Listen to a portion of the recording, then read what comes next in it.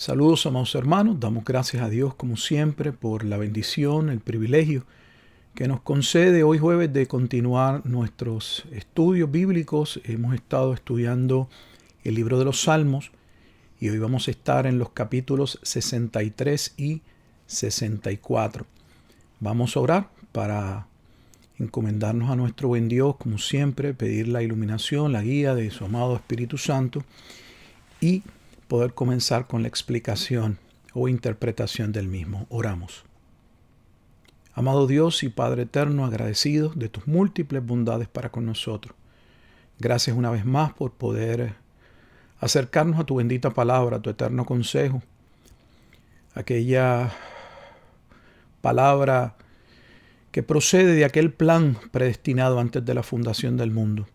Palabra divinamente inspirada a través de santos hombres, que ha sido preservada para que sea lámpara, para que sea una lumbrera a los pies de tu pueblo y de todos aquellos que han de proceder al arrepentimiento de sus pecados y a la fe en el único mediador entre Dios y los hombres, Jesucristo.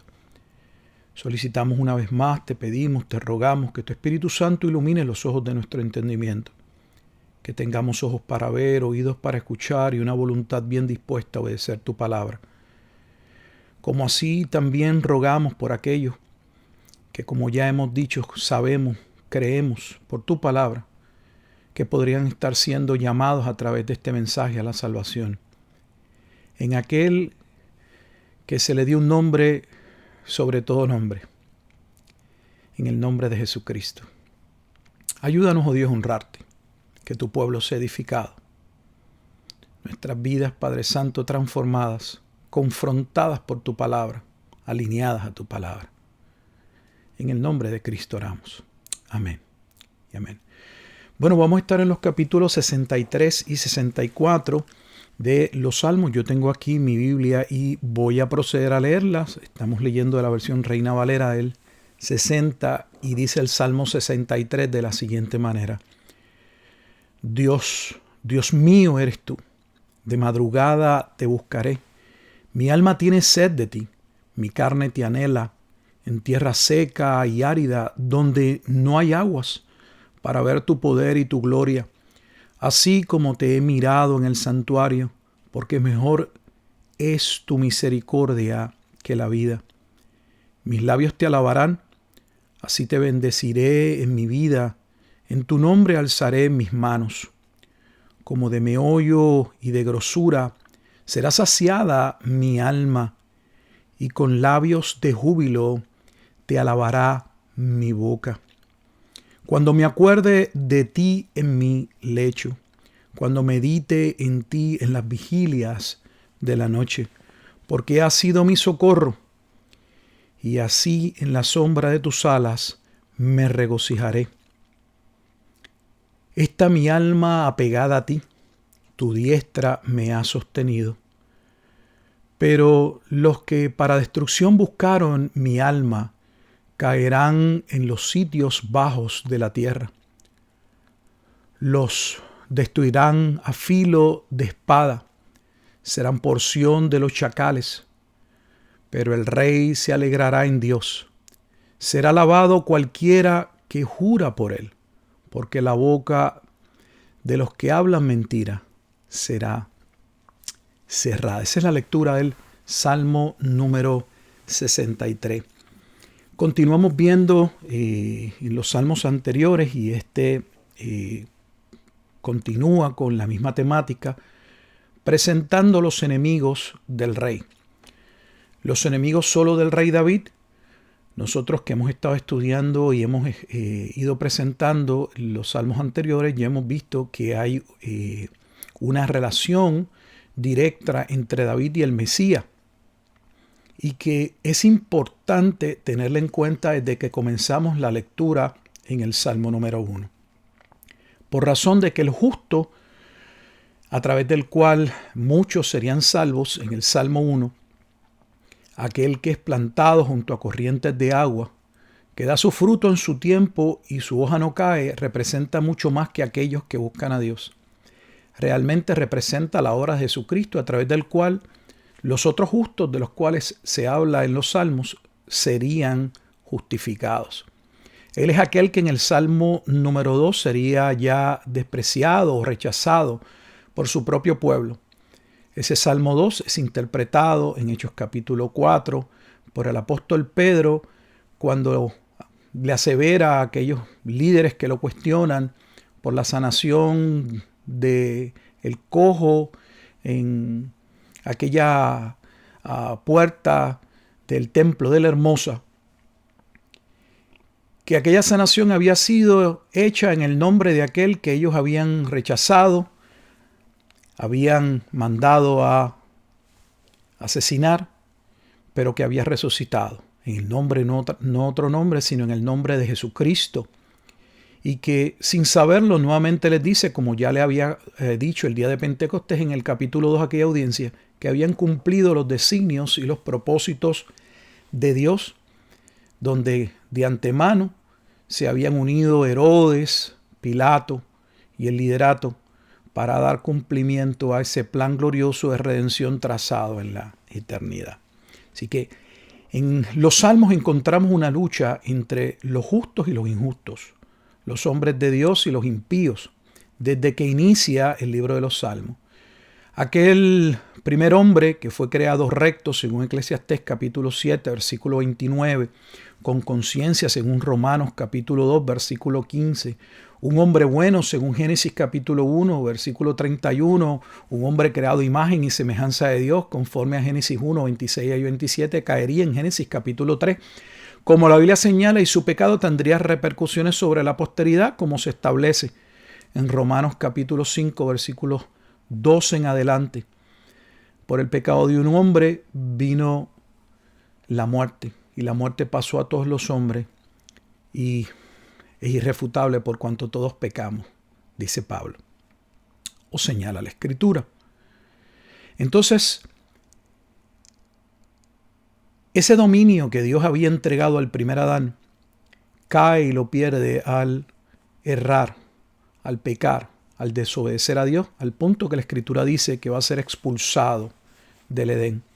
Sin embargo, ya el Salmo 8 recoge nuevamente Génesis capítulo 1 para establecer que en aquella afirmación, en aquella declaración de dominio de aquel primer Adán, estaba también dentro de ella incluida el segundo Adán. Ese segundo Adán es Jesucristo.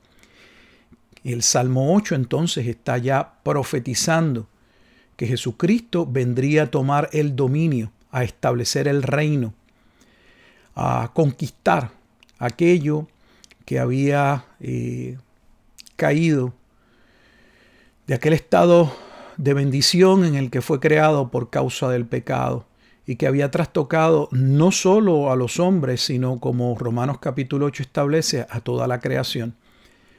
Pero sería esa creación nuevamente redimida o vendría a estar en el control del dominio de otro hombre. Ese otro hombre sería el Hijo de Dios, Jesucristo, el Mesías. Ese Salmo número 8 es importante entender que es interpretado en Hebreos capítulo 2, versículos 6 al 8 como Jesucristo. Él es aquel que vendría a redimir a los hijos de Dios, a los hijos que Dios le dio, como se establece en Hebreos capítulo 2. Él es aquel que vendría a manifestarse en la congregación. La palabra congregación o asamblea en el Nuevo Testamento utiliza la palabra eclesia, o sea, que Él sería la cabeza, el dirigente de la iglesia, como se establece en Efesios capítulo 2.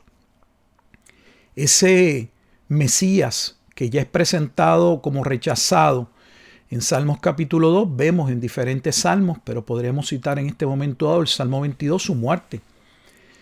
¿Sí? La muerte del Mesías a manos del propio pueblo. Sería despreciado, tal y como posteriormente Isaías lo recogería en el capítulo 53, Isaías capítulo 53, 1, con la declaración: ¿quién ha creído a nuestro anuncio? El mundo no entiende, los impíos le rechazan. Sin embargo, Él viene a cumplir el nuevo pacto. Ese nuevo pacto se ve evidenciado en el Salmo 40, porque Él viene a quitar aquel sistema de sacrificios que era temporal, porque todo el andamiaje del tabernáculo, de los sacrificios, tipificaban la obra que vendría a ser Jesucristo, porque Dios había ya determinado que por medio del sacrificio de Jesucristo habría la posibilidad, no, serían salvos aquellos que Él determinó salvar antes de la fundación del mundo. Siendo un rey diferente a todos, pues en Él estarían los tres ministerios separados en el Antiguo Testamento. Sería el profeta, sería el sumo sacerdote y sería también rey. Uno de los pasajes más importantes mesiánicos que llegaremos en su momento dado y que es citado en el libro de Hebreos como en ningún otro libro del Nuevo Testamento es el Salmo 110, que nuevamente se establece la conquista del rey sobre los impíos y el gozo de los justos que hayan ahora en Cristo una nueva vida y vienen a ser parte de ese reino y de las bienaventuranzas que fueron establecidas sobre la muerte del Mesías. Cuando leemos este Salmo número 63, es imposible no verlo a la luz del Salmo 1 como ya hemos visto. ¿Por qué? Porque habla de un hombre que desde temprano, de madrugada, pero no solo de madrugada, busca a Dios, sino que Dios está todo el tiempo en sus pensamientos y aun cuando va al descanso, cuando se prepara para dormir, Dios está en su corazón. Eso no es exactamente de lo que se habla en el Salmo número 1. Pues claro que sí. Ese Salmo número 1 establece en el versículo 2 de la manera siguiente que en ese hombre justo, que no es como aquellos malos, sino que es bienaventurado, ese hombre bienaventurado del Salmo número 1, dice en el versículo número 2, sino que en la ley de Jehová está su delicia, y en su ley medita de día y de noche. ¿Y qué es lo que estamos viendo? Estamos viendo en el Salmo 63 al justo que medita de día y de noche. Una vez más, aunque estos salmos, muchos de ellos son atribuidos a David, no obstante vemos que habla de alguien que va por encima de David, que de hecho, conforme a la carne, vendría de esa descendencia, como se establece en el libro de los Romanos, debo decir libro no, la carta o la epístola a los Romanos, capítulo 1, versículos 1 al 3. Jesucristo es aquel que vendría del linaje de Judá para ser el rey, o como se establece al inicio del Nuevo Testamento en Mateo capítulo 1. Jesucristo es tanto la simiente sobre la cual serían benditas muchas familias de la tierra, como se le dijo a Abraham, pero también sería el hijo de David. Así que este hombre medita de día y de noche porque no encuentra en la situación en la que se encuentra, no la puede, esa situación le aterra. Habla de que su alma tiene sed, que su carne le anhela, porque está en una tierra árida, donde no hay aguas, donde está lejos del santuario, donde sabe que estar en la cercanía de Dios es estar cerca de la vida, donde proclama que la misericordia de Dios es mejor que la vida. ¿Quién es este hombre que habla de esa manera?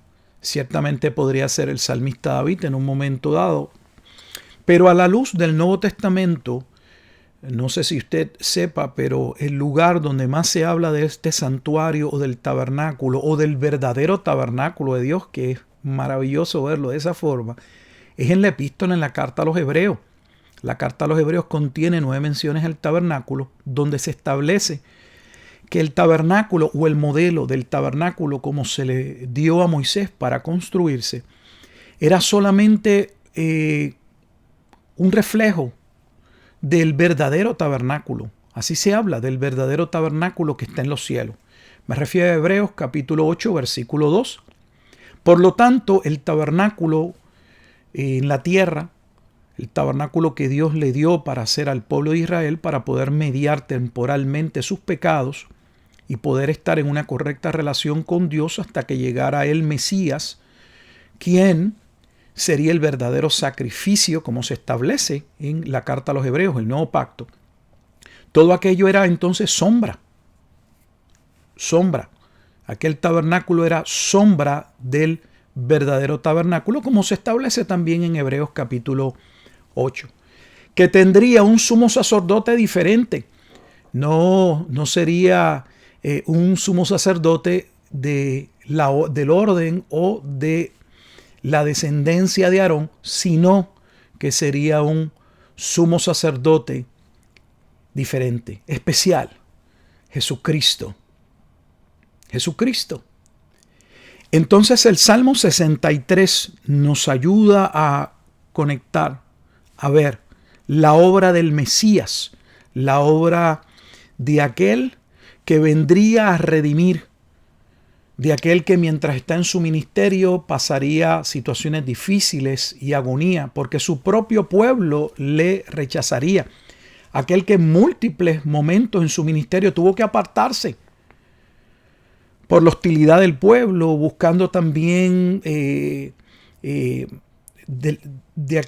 hostilidad de aquel liderato que se abalanzaba, de aquel pueblo que no entendía realmente la razón por la que él estaba allí. Le llamaban de diferentes nombres, pero no le podían conocer, a no ser que él mismo, Dios mismo, les atrajese a él. Sin embargo, la Escritura dice que en medio de ello él recordaba en el Salmo 63 que Dios era la porción de su alegría. Y por eso de día y de noche ponía su mente y su corazón en Dios. Desde un punto de vista pastoral, nosotros también pasamos por un sinnúmero de situaciones en nuestro peregrinaje aquí en la tierra. Jesucristo tuvo, en un sentido, una especie de peregrinaje, porque Él era antes de todas las cosas. Como muy bien señaló Juan, Él es antes de mí. Mientras estuvo en este mundo que había creado, y como Juan capítulo 1 establece, en el mundo estaba, pero el mundo no le conoció, pasaría por diferentes momentos donde claramente, como en Juan capítulo 17, oraría ya en las cercanías de cumplir con su ministerio y de su regreso, de regresar, de ascender a los cielos. Padre, recuérdame y que yo pueda tener en mente aquella gloria que tuve contigo en el principio. Así que él medita, el salmista medita en medio de su aflicción, en que puede hallar reposo y su alma puede estar quieta cuando entiende que Dios es su Dios. Ese es Salmo 23. Si Jehová es mi pastor, nada me faltará. Y es lo que estamos viendo. Es necesario aprender a descansar en Dios, porque nosotros también en medio como del peregrinaje en nuestra vida, pues la Biblia dice que somos peregrinos y extranjeros. Mientras estemos en este mundo, Jesús dijo, habrá aflicción. Y necesitamos de día y de noche meditar y buscar de Dios.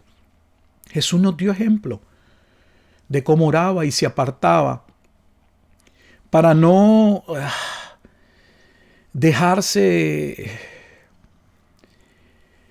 colocar todo aquel peso en términos humanos de las situaciones del diario, de la hostilidad, del desentendimiento del pueblo, a pesar de haber recibido la Escritura y de esperar al Mesías, pero teniéndole ni tan siquiera le podían contemplar. Así que aquellos enemigos que no le amaban, aquellos enemigos que buscaron matarle y llevarían a cabo la muerte del Mesías, como se establece en el Salmo 22 nuevamente, serían juzgados por Dios.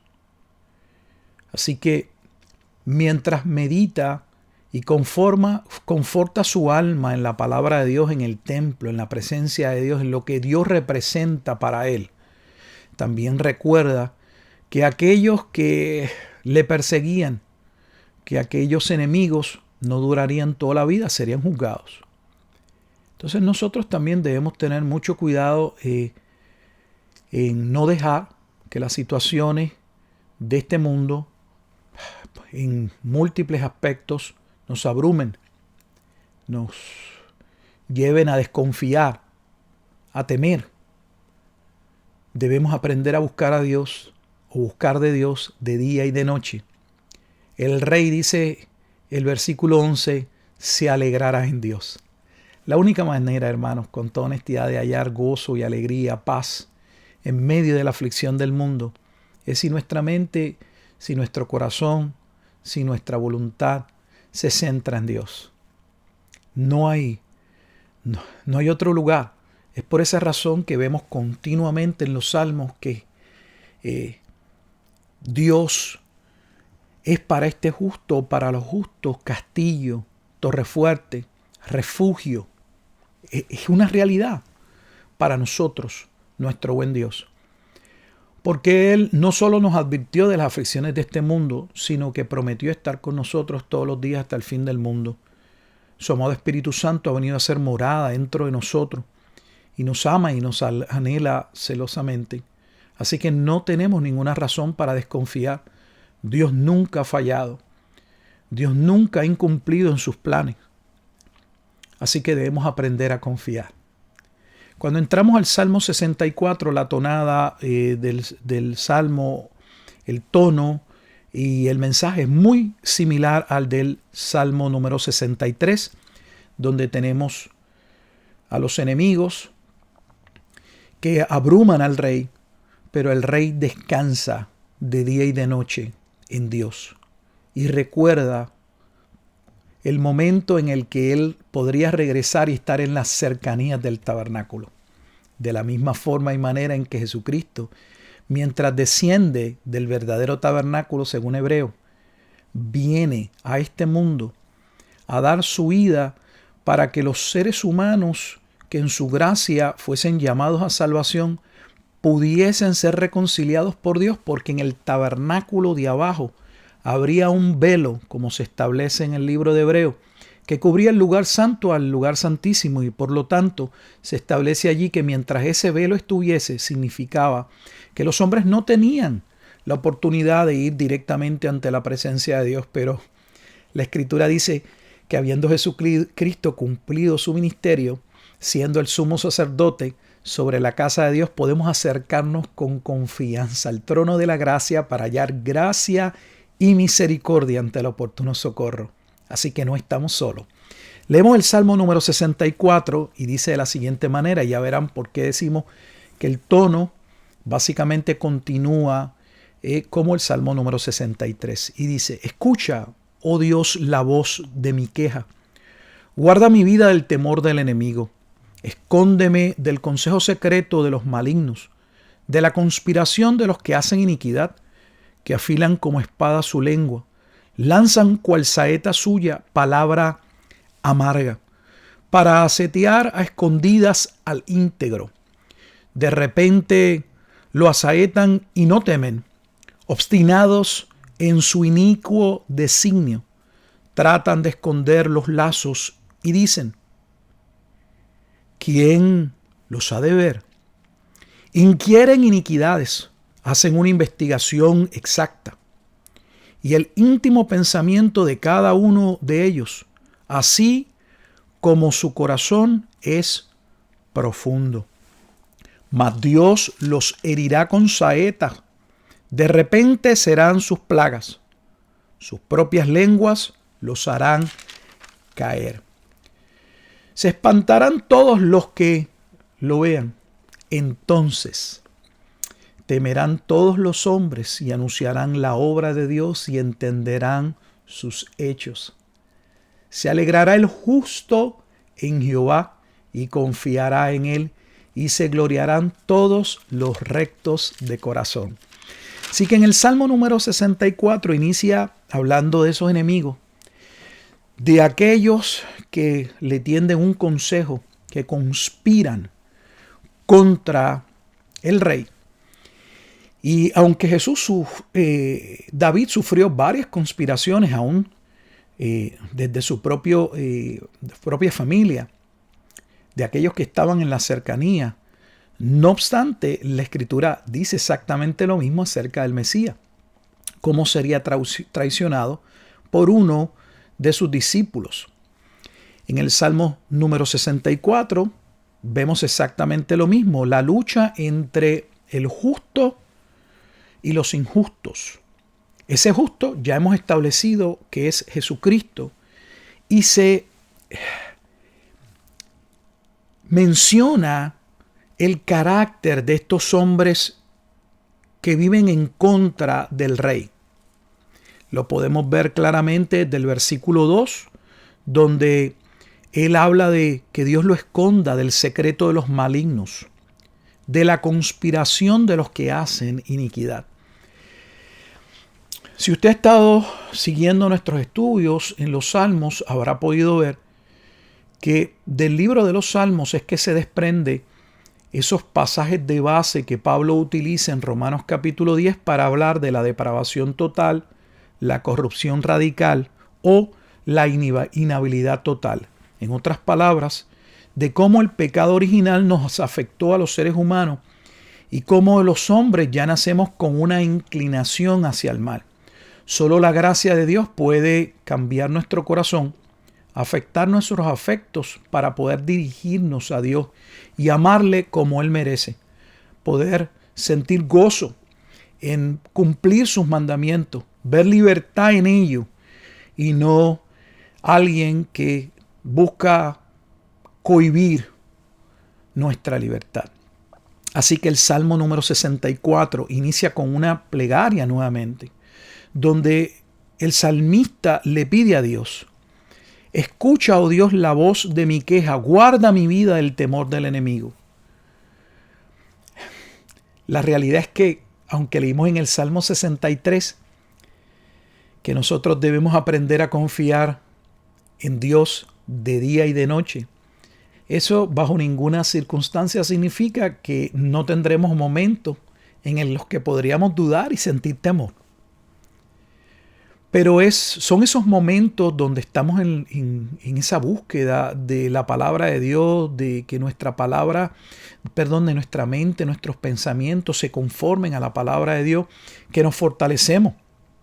Como se establece en Efesios capítulo 6, fortaleceos en el Señor y en el poder de su fuerza, vestidos de toda la armadura de Dios, porque ciertamente va a llegar ¿qué? El día malo. Muchos de nosotros esperamos a la crisis, a la situación inesperada o, a aquellas situaciones que también son particulares por nuestro pecado, por nuestra desobediencia para buscar, para orar. La realidad es que Dios está cercano siempre. Los que andamos siempre huyendo o nos olvidamos o nos distraemos o nos apartamos del camino somos nosotros. Así que el salmista le pide que Dios le ayude a no temer de aquellos que nuevamente conspiran contra él. ¿Por qué conspiran? Porque hay una lucha. Desde que el hombre cae en el pecado, nuestro primer padre, Adán, la realidad es que se declara en Génesis capítulo 3, versículo 15, que la humanidad quedaría dividida entre los hijos de Dios. O sea, los hijos que serían salvos por medio de la simiente de aquella mujer, que sería un varón que nacería, que es Jesucristo, y los hijos de la simiente de la serpiente, los hijos de Satanás. Lo podemos ver inmediatamente en Génesis capítulo 4. Una misma familia, los mismos padres y la lucha entre dos hermanos. ¿Lucha entre dos hermanos? No. La lucha de Caín contra Abel.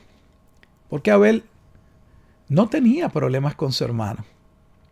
Como el verdadero creyente busca amar y respetar aún aquellos que no creen en Dios, pues la Biblia dice que son prójimos y que debemos procurar también su bien.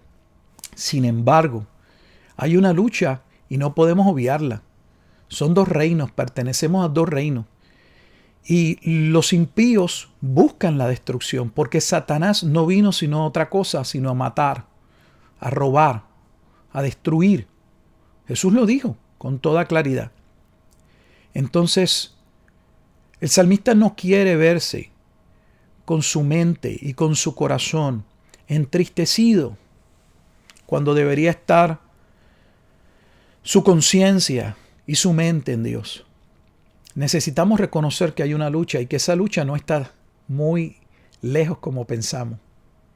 Esa lucha puede estar en el seno de nuestro matrimonio. Esa lucha puede ser en nuestra propia casa, con nuestros hijos, con familiares, en nuestro trabajo, con nuestros vecinos. Hay una lucha. Hay una lucha, pero no es una lucha que el creyente debe pelear cuerpo a cuerpo. Porque las armas de nuestra milicia no son carnales, ni son humanas. Son poderosas en Dios para la destrucción de fortaleza. Nuestra lucha no es contra sangre y carne, como se establece en Efesios capítulo 6, sino contra principados, contra potestades, contra los gobernadores de las tinieblas de este siglo, contra huestes espirituales de maldad en las regiones celestes. Es mucho más que lo que nosotros vemos. Y nosotros debemos permanecer militantes dentro del reino de Dios. Observen que este salmo, que describe el carácter impío, malvado de aquellos que no forman parte del pueblo de Dios, termina hablando o termina señalando, como también en el 63, con una expresión de gozo. Por ejemplo, en el 63:7 dice: porque has sido mi socorro, y así en la sombra de tus alas me regocijaré. Así termina el Salmo número 64, también hablando del gozo. ¿De qué gozo? Bueno, de que aunque puedan haber las situaciones que puedan surgir, la realidad es que ya la guerra fue ganada por nuestro buen Dios bajo la obra de Jesucristo. A veces caminamos en nuestra vida cristiana derrotados, como si hubiéramos perdido. Dios nunca ha perdido una guerra.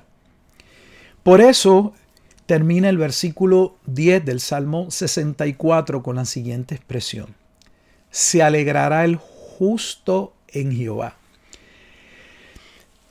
Estoy convencido a través del estudio que hasta aquí llevamos de los Salmos, que ese justo del que se está hablando es mucho más que David, porque ya hemos visto a través de los Salmos que David no se expresa, no tiene una conciencia de que él fuera el hombre más justo. Buscaba a Dios, amaba a Dios, pero sabía que el mal estaba en él.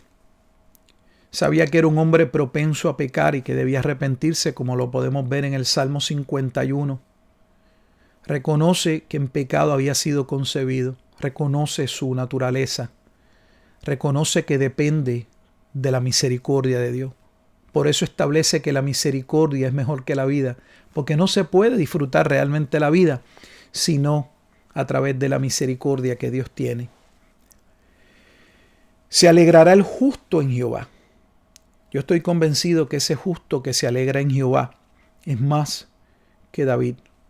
Es la obra del Mesías quien reconoce que a pesar de las situaciones que tendría que enfrentar con su encarnación, el desentendimiento del pueblo y así todos los aspectos que se darían sobre el rechazo, su muerte, su resurrección y así sucesivamente, no obstante él reinaría.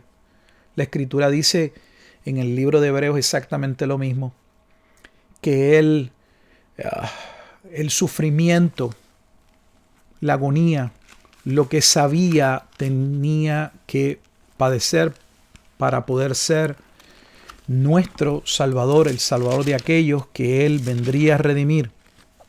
Eso no era lo que Él estaba mirando, sino la obra que se completaría por medio de su sacrificio. Y así claramente la Escritura lo menciona en Hebreos, en el capítulo 12. Dice: considerad aquel, versículo 3, que sufrió tal contradicción de pecadores contra sí mismo, para que vuestro ánimo no se canse hasta desmayar.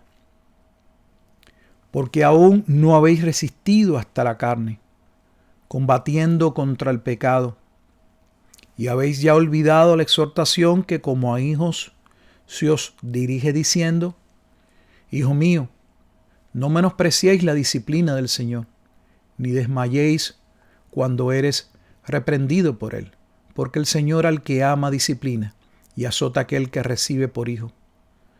Así que la Escritura dice que Dios está de nuestro lado, que debemos mirar la obra del Mesías, la obra del justo por el cual nosotros somos llamados justos al ser justificados por medio de la fe, para no desmayar, para aun cuando somos corregidos durante nuestra vida, porque pensamos solo del mal de otro, pero también lamentablemente todavía no siendo obra acabada, pecamos y debemos ser corregidos, que aceptemos también la disciplina de Dios, que nos llega como parte de su amor. No es una descarga de su ira. Dios continúa cincelándonos, moldeándonos a la imagen de su Hijo Jesucristo, porque ese es el propósito que Dios estableció.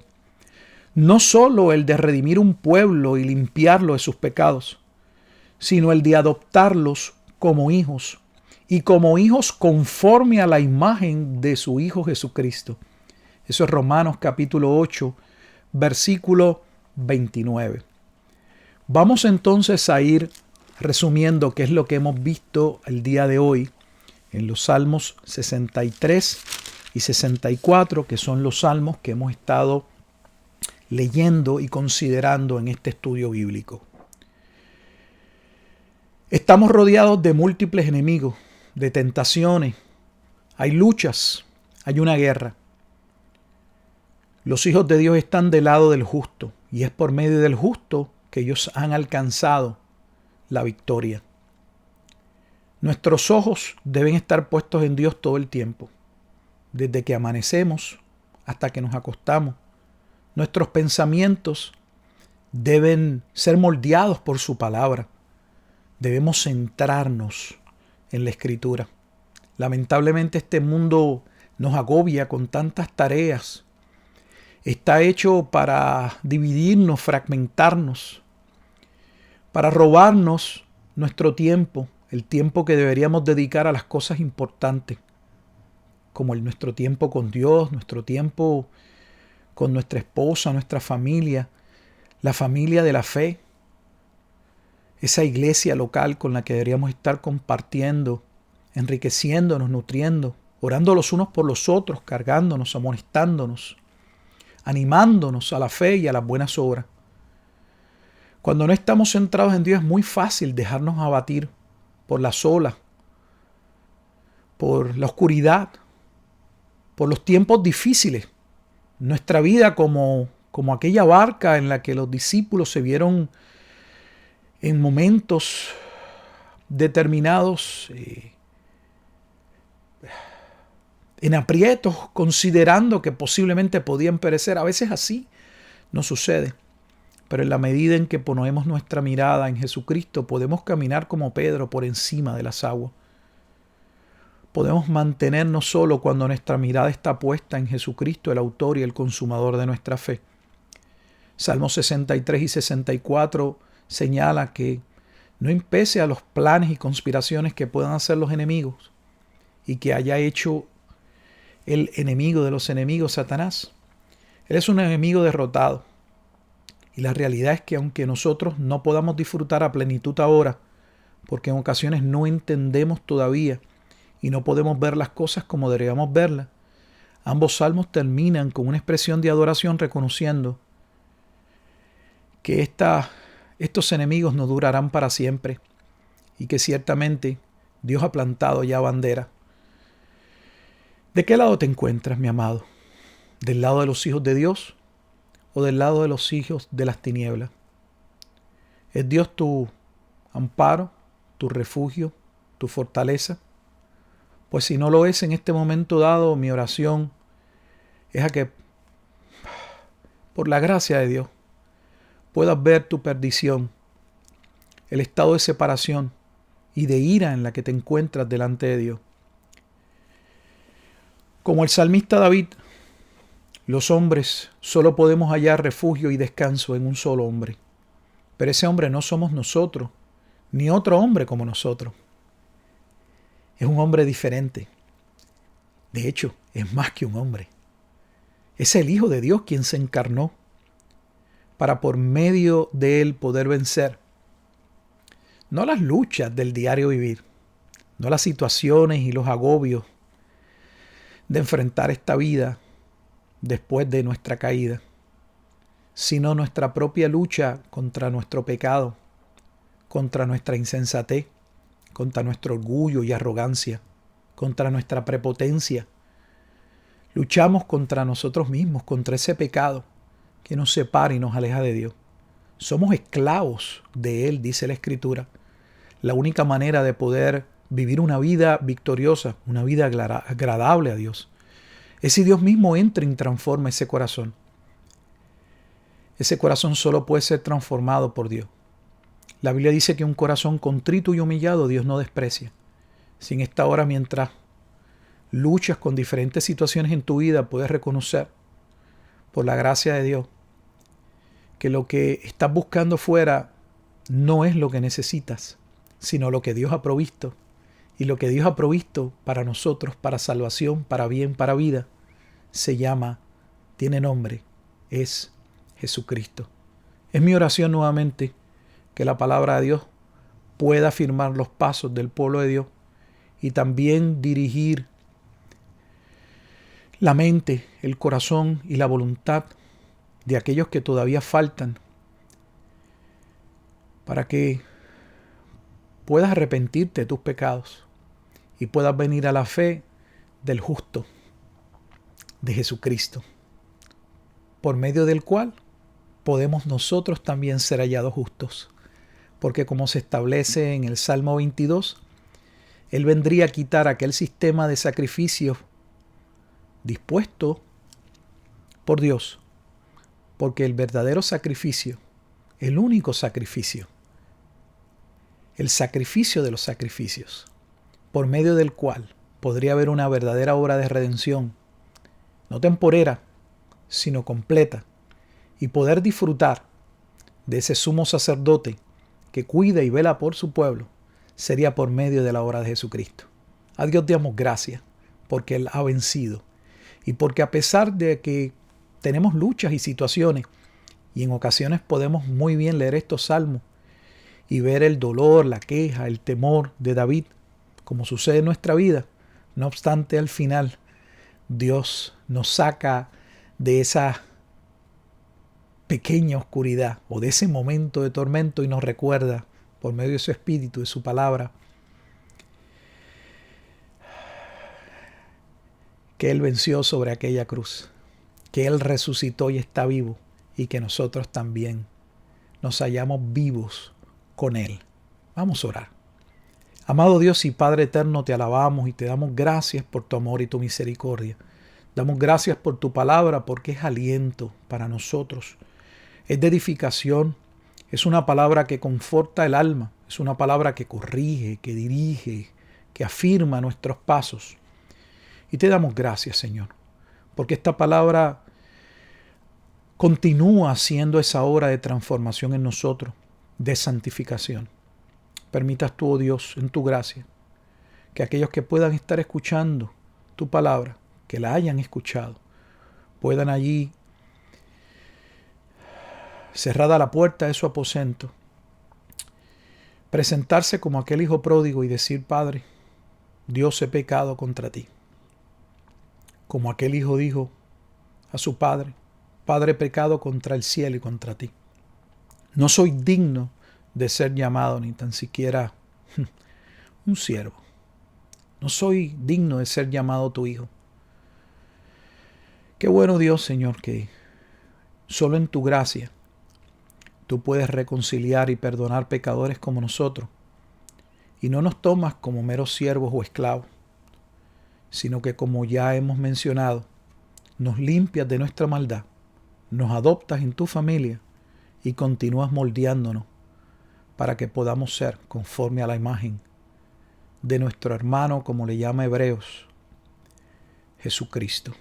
Que a Él sea toda la gloria y toda la honra, pues es en Cristo Jesús en quien oramos y damos gracias. Amén. Damos gracias a Dios nuevamente, así que Dios mediante, el próximo jueves continuaremos nuestro estudio en los Salmos. Bendiciones, amados.